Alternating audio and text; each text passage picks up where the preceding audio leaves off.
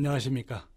이 시간은 계속해서 제5강 노인의 이해에 대해서 살펴보도록 하겠습니다.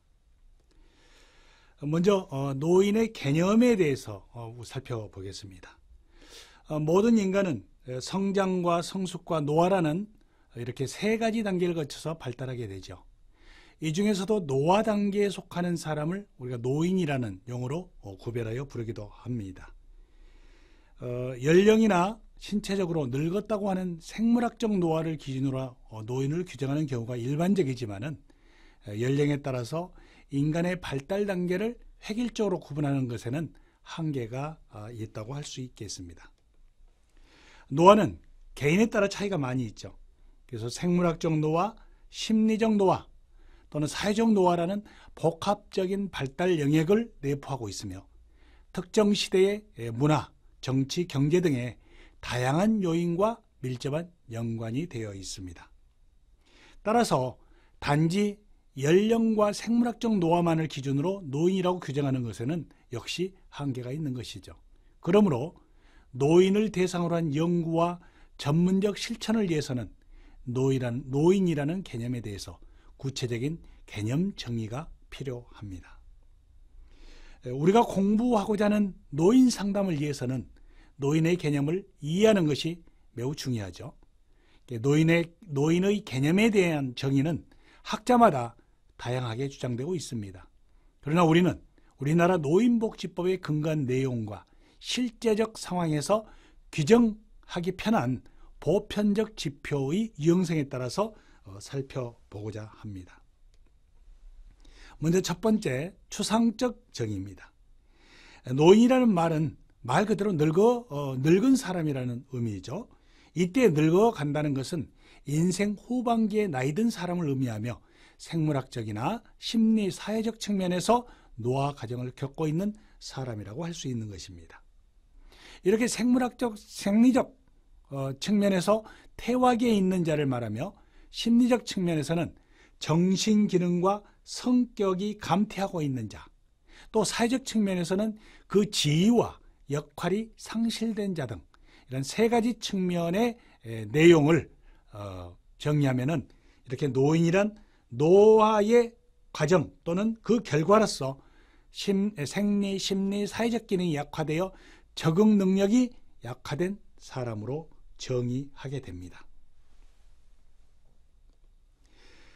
국제노년학회에서는 노인이란 인간의 노화 과정에서 나타나는 생물학적, 심리적, 환경적 변화 및 행동적 변화가 복합적으로 상호작용하는 과정에 있는 사람이라고 규정하면서 다음과 같이 5가지 특성을 지닌 사람으로 설명하고 있습니다. 첫째는 환경 변화에 적절히 적응할 수 있는 조직 기능이 감퇴되고 있는 사람. 그 다음에 두 번째로는 생체의 자체 통합 능력이 감퇴되고 있는 사람. 다음 인체의 기관과 조직 기능의 쇠퇴 현상이 일어나는 시기에 있는 사람. 생활상의 적응 능력이 결손되어 가고 있는 사람. 그리고 조직의 예비 능력이 감퇴하여 적응이 제대로 되지 않는 사람이라고 규정하고 있음을 알 수 있습니다.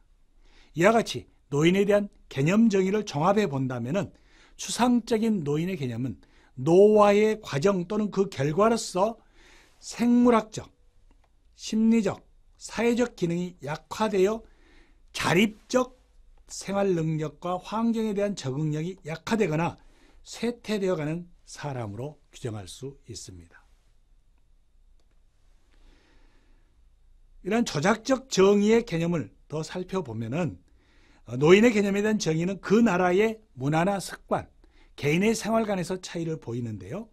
추상적 정의만을 적용할 경우 조사 연구나 정책 수립과 집행 시에 그 효용성이 저하될 우려가 큽니다. 그래서 실제적으로 적용할 수 있도록 구체적이고 보편적인 개념 정의가 그 유용성을 가지게 되는데 이에 필요한 명확한 조작적 정의가 필요하게 되는 것입니다. 이러한 노인에 대한 조작적 정의는 크게 5가지로 구분하고 있습니다. 첫 번째, 개인의 자각에 의한 노인입니다. 개개인의 주관적 판단에 의해서 스스로, 본인 스스로를 노인이라고 규정하는 경우를 말합니다. 어떤 사람은 누가 보아도 노인이라고 여겨지지만 정작 본인은 아직 노인이라고 생각할 수 있는 반면에 어떤 사람은 여전히 중장년기에 속해 있는데도 자신을 노인이라고 규정할 수 있는 것이죠. 그러나 이런 자각 연령은 실제 연령보다 낮아지는 것이 일반적이며 고학력이나 전문직 종사자일수록 더욱 낮은 경향을 보이게 됩니다. 우리나라의 경우 주로 신체적 기능 저하에 근거해서 노인이 되는 시점을 판단하는 경향이 있습니다.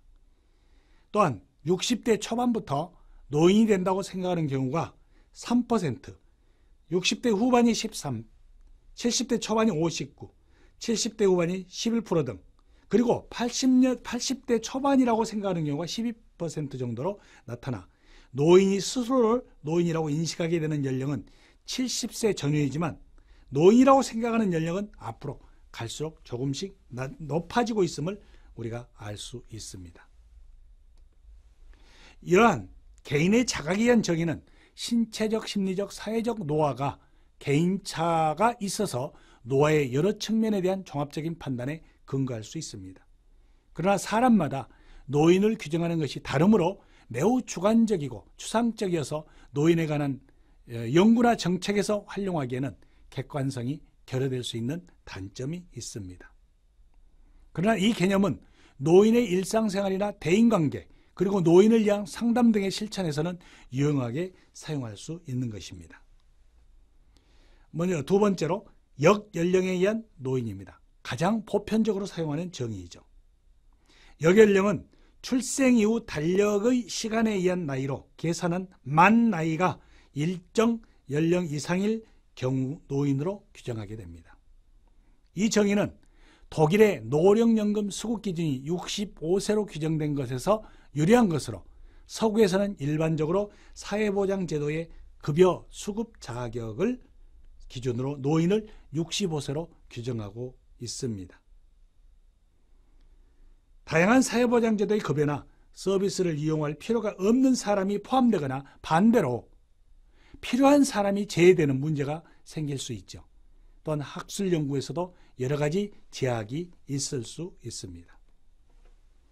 우리나라의 노인 관련 법규를 살펴보면 고용상 연령차별금지법 및 고령자 고용 촉진에 관한 법률에서는 55세 이상을 고령자로 규정하고 있습니다. 그러나 국민연금법에서는 60세로 규정하고 있습니다. 가장 중요한 것은 노인복지법에서는 65세로 규정하고 있습니다. 국민기초생활보장법에서는 노인복지법의 기준을 원용하고 있습니다. 또한 많은 복지관들이 있는데요. 노인복지관에서는 60세를 규정해서 이용 자격을 부여하고 있습니다. 과거 우리나라에서는 회갑이라는 사회문화적 특성을 근거로 해서 60세부터를 노인이라고 인식하는 경우가 일반적이었죠. 또 기업체 퇴직 연령도 55에서 57세, 최근에는 또 60세까지 연장되는 것도 있습니다만, 이러한 모든 법규와 사회문화적 특성을 볼 때 우리나라의 노인에 관한 연령은 보편적으로 55세에서 65세라고 할 수 있습니다. 그러나 앞서 우리가 살펴본 것처럼 노인복지법에 근거한 것, 또 기초생활보장법에 근거한 65세를 노인으로 규정하고 있다 하는 것을 이해하시면 되겠습니다. 이렇게 연령에 의해서 노인을 정의하는 것은 다양한 영역에서 나타나는 노화의 특성을 잘 반영하며 입법 정책이나 행정에서의 각종 수급권이나 서비스 이용 자격을 정하는 데 매우 유용하게 사용되고 있습니다. 그렇지만 이러한 정의는 특정 연령 이상의 사람들을 일괄적으로 노인이라고 규정함으로써